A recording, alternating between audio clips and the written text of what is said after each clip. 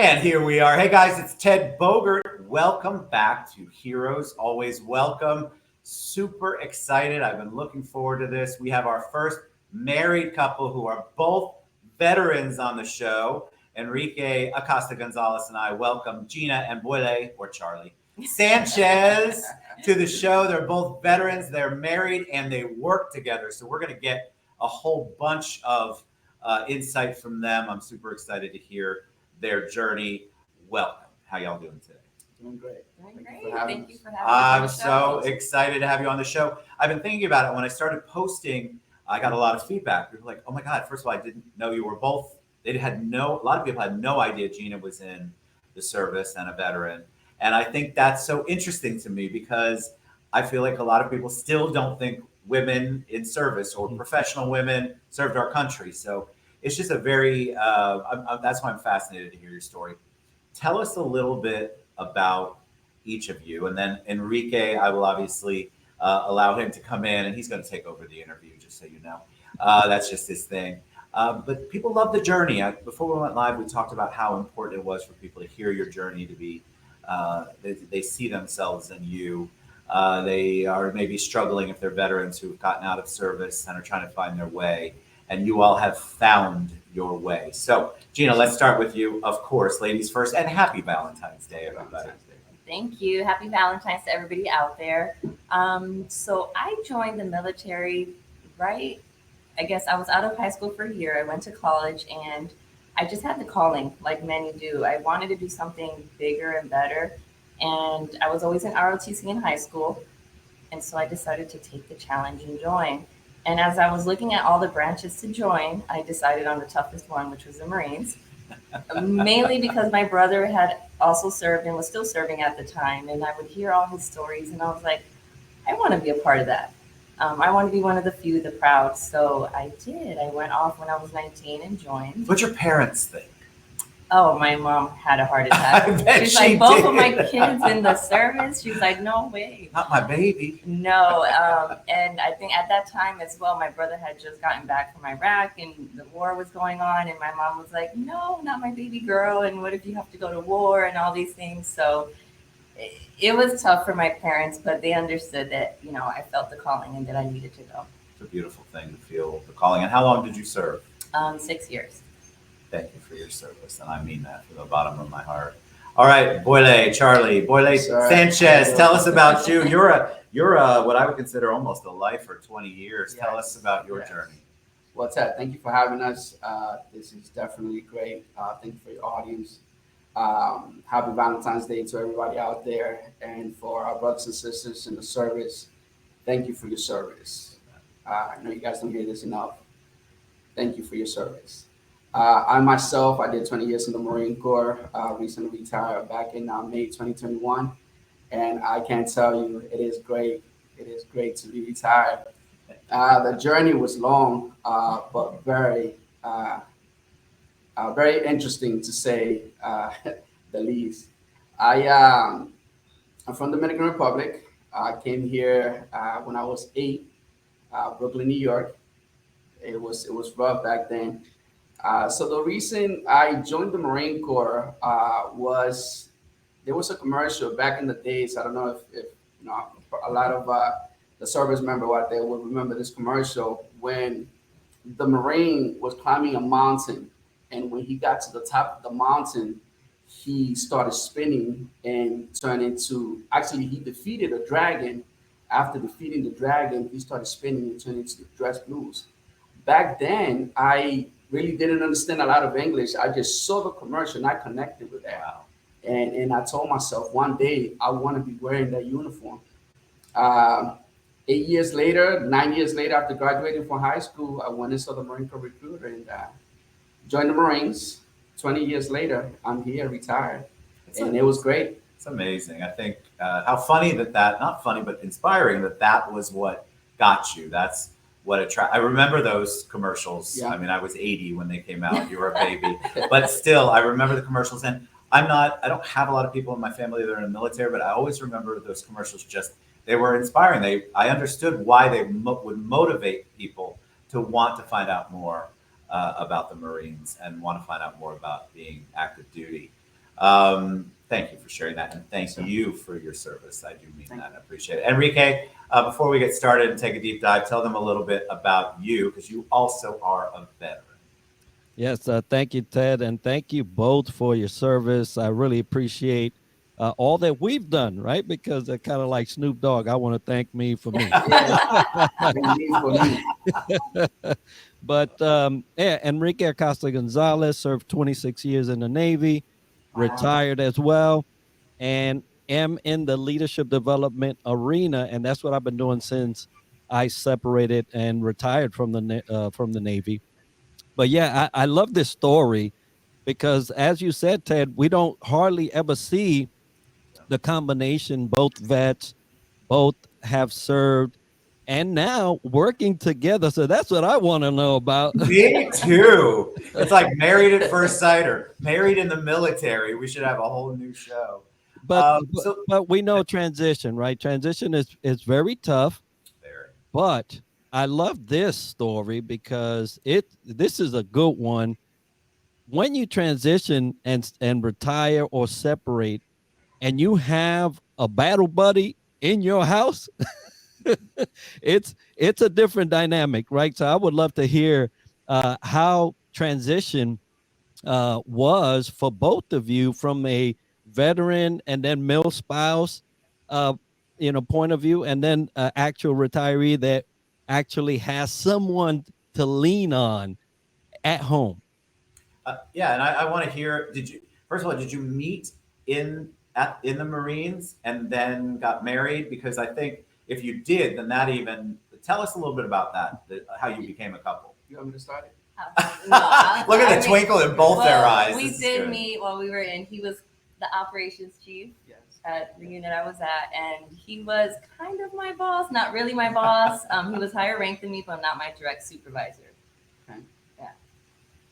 Wow, it was definitely interesting when we met. It was my first. I was the operations chief for INR Orlando, and it was my first real weekend. So of course, Jeena, she gets to a place and she just takes over. Obviously, that morning, being my first real weekend, I'm in my office and I see this Marine that just walks into my office, don't even looks at me, and starts opening my safe. So I'm like, okay, something's not going right here. I need you to stop what you're doing, put some discipline in your body, and try it again. So I kindly asked her to leave my office. Obviously, she didn't like me much afterwards, so that made things kind of difficult for me to try to, accomplish my ultimate goal, which was marrying this beautiful. He Yeah. asked me out to dinner a few times, and I was like, no. No. So I waited for one day that she was hungry, and I said, "Today she's got to tell me yes. She got to tell me yes because everybody likes to eat." So Yeah, my best friend was like, let's go out to dinner with him. It's a free meal. Yeah. And I'm like, well, 11 years later, here we are. Isn't that amazing? That's awesome. So did She finally cracked your safe open. She cracked that safe yeah, open, yeah, didn't she she? did. She did. So you obviously you left 6 years in. You transitioned out first. Talk about that. How was that transitioning out, and then how was it still having Boile in the service while you were transitioning out and getting into civilian life? It was right at the peak end. I think I only had maybe like 8 months or something like that left.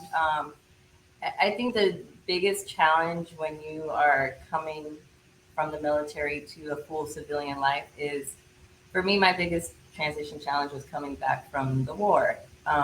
You're in this zone 24/7 where it's stressful with what's going on, and when you come back here, it's like, I don't know, you just get a lot of feelings that are overwhelming because you just don't know what to feel. You're no longer in this combat zone, you're now in the civilian side, but you just went from having, in a sense, a really important job, a really important role, and coming back here, and it's like, how do you just unwind and how do you disconnect from that? That was the biggest challenge I felt, and what really helped me through it was my friends. I had a lot of friends that are in the service that we were still good friends. They're more like family. My kids refer to them as aunts and uncles. Those are the people that really help you transition out. I feel like having those connections. Whenever you are going through a tough time, being able to call on them, meet up with them, I think that's pretty much what helped the most. And how was it for you having Boile in the service? Because you were still active because you just retired last year or the year before. May Uh, 2021. How was that on your relationship, on the marriage part? Because you're still in, and Jeena obviously knows what you're going through. She understands. She has a perspective, but she's out, and you guys are balancing the civilian and military life. So it was very unique. When we first met, one thing that we always talked about was not being dual service member because of how difficult it is on your family, your kids. Um, that being said, that's the reason why when we decided to, this is something that we want to pursue, we want to start a family. The decision for her to get out, which is easy. I had already invested 12 years. Therefore, it was just, hey, you finish your career. She supported me, throughout my career, which that's gonna explain a lot of the reasons why today I pretty much work for her. She supported me throughout my Marine Corps career. It's very difficult in a family. We move every 3 years. Her having her master's in mental health counseling every 3 years, she pretty much had to start over. So I'm sure a lot of people out there can understand how difficult that is. And she supported me throughout my time. So that's why now, after being retired, I think it's my time for me to support her career in the real estate industry. Because again, she did it for 10 years and without skipping a beat. And I thank you for that. Oh. What a great Valentine's Day. Right? Got all the dudes out there thinking, oh my God, how am I going to top that one? Tell me about being in business together. Jeena, did you always know you wanted to get in real estate when you got out, and having a mental health counselor master's background? How did you make that segue to real estate? Well, I've always loved real estate. Even before I bought my first property when I was 20 years old. That was my first rental property. I love real estate. I think it's a financial vehicle that helps people get, to where they need to get to financial independence. And I just always loved it. Anytime someone mentioned, hey, I'm buying a house. Oh, let me help you. I was on there searching. I'm like, let's look at the pros, the cons. Does it make financial sense? And I'm just always running those scenarios with people. And just as we met people along the way and meeting other service members, realizing that a lot of them didn't know the benefits they had, with a VA loan and just all the ins and outs that go around there. And no, I can't afford to buy. I was like, but did you know you don't need a down payment? Right. And just realizing how many people didn't know about those benefits, I'm like, wow, we can really make a difference if we focus, on veterans. And just I decided to get my license, and he's the one that pushed me. He's like, get your real estate license. Even if you still want to do mental health, that's fine. But you can also do real estate. But once I got my license, and worked with my first client, I was like, I love this. This is it. I think mental health counseling prepares you a lot for being a realtor. I'm just going to say it out loud, or being in this real estate industry. So, Boile, when Jeena got her license and you got out of the service and you guys began to work together, what was that like? Because a lot of couples struggle if they're working together, that work-life balance, not bringing work home, trying to figure out how to keep the marriage going well and not argue about work and all of the pressures there. Because a lot of us, we come home to our spouses and that's our release. But you all are in it together all the time. Tell me about how that works. I mean, sometimes it's challenging because we're both, very passionate individuals. We are go-getters. So oftentimes, it's easy for people to clash. But the way I deal with the situation to just make it easier is, like I said before, she supported me throughout my Marine Corps career. So now my role is to support her in her journey in the real estate industry. Very important to mention, the reason why I got my license, other than supporting her, is because was it 3 years before I retired? My mother bought her first house. Again, achieving that American dream. However, when she was dealing with her agent, she didn't understand the process. So I'm on the phone. I'm the one selling the house. I'm the one explaining things to her because every 30 minutes, she just wants to back out. She doesn't understand. She's Buying a house here is not the same as buying a house in Dominican Republic. exactly. Right. So again, so every 30 minutes, this agent is calling me, hey, talk to your mom. She wants to back out. But the reason she just didn't understand the process. Therefore, she was skeptical about everything. He pretty much was not doing his job. He was just having her sign here, sign there.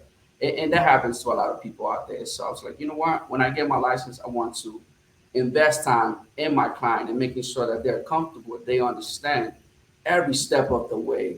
Because buying a house, that is one of the biggest investments that you will make in your life. Therefore, understanding fully what you're doing is something that we're very passionate about, and we make it our priority to explain every step of the way to our clients. Having somebody guide you with your background, how do you feel the military complement those that are transitioning out are ready for that? Because I was one that had no idea after 26 years how to buy my even my first house. Now, thankfully, everything was good and it was very smooth. But how do you feel the military complement is ready for that transition? Well, every 3 years we move, we get orders. Every 3 to 4 years, you have to move from one state to another. And we believe in buying. We never rented. Always bought. Bought a property, put some sweat equity into it. 3 or 4 years later, sold it, made a profit. Then did it again. So in a 10, 12 year period, we did it 3 different times. At the end, when it was time for us to retire, we were trying to decide, hey, are we moving to Orlando or are we going to stay in Charlotte? Are we going to move to Charlotte?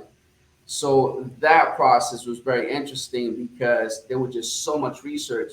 You know, do you want to move to this state or do you want to move to stay in North Carolina? What are the pros and cons? And we ended up buying some land to build here. And this lot, we bought it online. Yeah. You know, so a lot of time, just taking that leap, take the leap, invest because you're not going to regret it. Jeena, let's talk about Women's Council. Jeena is the current president of Women's Council of Realtors Orlando Network. So I want to talk a little bit about that. First, why? A lot of time, I've been a member of Women's Council for years. And people always ask me why, but they really ask realtors why. So I want to ask you your why as a real estate agent, a professional, why you got involved in Women's Council. And then talk a little bit about Women's Council because it does so much good in the community. The mission is beautiful, which you can speak or not. I'm going to put it in the comments below anyway. But I want people to understand why that's important to you and sort of the role that Women's Council plays in our community. Well, certainly went. So when I got into real estate's a little bit lonely. If you work from home, it's like, oh, I don't really have anybody, just my husband. I don't want to see him. I didn't want to see him all the time. I'm always seeing him. So I'm like, man, I would love to be around a group of like-minded individuals. And I just kind of got to searching, and I had a friend, Cassie Landron. I love Cassie. Yeah, she was the 2022 president of West Volusia. And she was also in the military. She's an Air Force vet. She kept telling me, join the Women's Council, join the Women's Council. And I'm like, I don't know, we'll see. I'm just looking around at different groups, going to different mixers and seeing what's a good fit. And when I came across the Women's Council here in Orlando, I enjoyed it. I enjoyed my time. Is being around like-minded individuals that want to grow together, want to help one another. And it just felt like a great fit. And it's, a leadership organization, leadership development for women. I mean, men are welcome. It was started back in 1938. You can be a man and be involved. Yes. And if you're a man and not involved, you are missing out. I want to tell they're you. both members, just Yes, so you they know. are. But it felt right. It felt right. And so I jumped in, and kind of right away when I jumped in, I got a call from the current president at the time. Hey, I need an events director. I said, sure, I'll jump right in. Love it. And just then fast forward, here I am now, the president for 2023. It's an amazing organization. You can always, they have a Facebook page, Women's Council of Realtors Orlando Network. The leadership part, though, I think is important because it's not just networking. It's not just business building. Women's Council's mission and focus has a lot to do with developing leaders and empowering women and empowering the people who surround and support women in the real estate world. And so it's kudos to you, because being president, if you've ever been president of anything, being president can be a challenge. So let's talk a little, and Enrique, I'm talking a lot today, so you please interrupt me if you need to. I want to talk about transition a little bit more before we start to wrap it up. I would love for you to give advice or give your perspective, because a lot of veterans watch the show, and one of the reasons they do is because they are struggling to figure out how they get out. And maybe real estate isn't their passion, but you still figured out how to follow your passion and convert that and make it work in civilian life and the civilian world. Can you both talk a little bit about any recommendations you have, or maybe some advice that you can give veterans out there who are struggling? Yes, of course. So the mistake we make as veteran service members is we wait till last minute to start transitioning out of the Marine Corps. A lot of variables, a lot of things, to consider. Maybe we have a deployment that's coming up, training exercise. So always your priority is mission, mission, mission, the unit, mission, mission, mission, the service. But we forget about the most important part, which is you, the service member. So starting to invest time in yourself to effectively transition out of the service it has to be a priority. Because once you get out, I mean, that's it. That's it. And in the service, we're in this bubble where everything is handed to us, everything is planned for us, everything is again. You have this roadmap. Follow that roadmap, and you're going to be successful. When you get out of the service, you no longer have this roadmap. Now you're out there, you are on your own. You don't have somebody waking you up. You don't have somebody making these medical appointments. Telling you where to be at what time. At what time. So I implemented the same strategy that we use in the Marine Corps, a follow a roadmap and you will get promoted. I implemented that to my civilian side. When I picked up, the rank of staff sergeant, you got a staff NCO academy. When I went to started staff NCO academy, right away, I started going to college. And again, Jeena was actually my biggest supporter. Back then she had her degree. So I'm like, you know what? I'm gonna go out there and I'm gonna get my degree. So, getting my undergrad in marketing management was very it was great. But as soon as I got my bachelor's, there she goes and she graduates with her master's. I'm like, okay, here we go again. So I went and got my master's in project management, but I did that while I was in the service. I didn't wait till after getting out, because I knew that, hey, when you get out, it's game on. It's game on. Yep. It's game on. So take advantage of everything you need to while you're in the service. Don't wait. Yeah, continue to do your job. Continue to focus on whatever branch of service you're in, but also put as much effort or maybe more into your personal life and getting ready to transition out of the service. Planning is key. Yeah, if you have make your timeline. You have this much time left, because the minute you get out, you got to produce your own money. You don't have that check coming in, the 1st and the 15th. So you need to make sure that you plan accordingly, whether it is, like you mentioned, you can go to school while you're in, and a lot of members don't take advantage of that. They wait until afterwards and do the GI Bill, and that's fine, but you can go to school while you're in, and there's different benefits for that. So understanding what benefits you have, so that the moment you get out, you either have a job lined up, you have savings to carry you for a little bit until you find a job. But planning and making those connections, doing those things that you need to do before you get out. Before you get out. And when we say school, I don't necessarily say go to a college and get a college degree. It can be getting your real estate license, getting a trade, but having something that you can fall back on and be able to provide for your family post your military service. Beautiful. Enrique, before I have them share all their information, any parting words of wisdom from the Triad Leadership Solutions leader there? Yeah, no, what they have shared is spot on. And I'll tell you, even with that, having done those things, it still took me about 7 years to get footing enough to do what I'm doing now.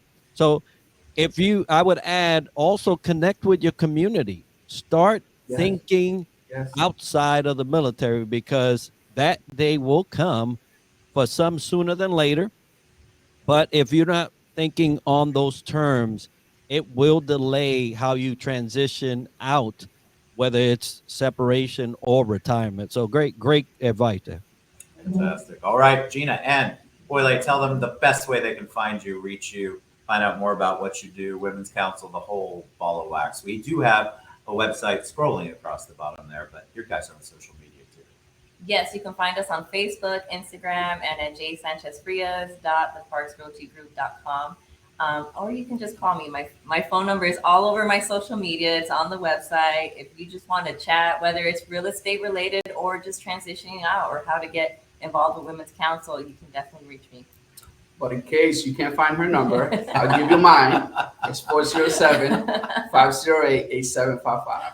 And we'll have all that in the comments as well. Yes. Enrique, you can find at triadleadershipsolutions.com or on LinkedIn is his primary place. And of course, all of those links will be in here. Thank you so much. I mean, what an amazing show. Thank you for sharing. There are so many people who I know are going to benefit from your journey and your story and you guys sharing your heart. And truly, all three of you, thank you so much for your service. Happy Valentine's Day, everybody. Valentine's Day. All right, we'll see you soon. And this is the part where I don't have a producer. So here's what Ted has to do live. I have to go over here and I have to end the broadcast, but we love you guys. If you have a hero that you'd like to have on the show, please reach out to me or Enrique. We'd love to have them on. See you guys soon. Bye, everybody. Bye. Bye.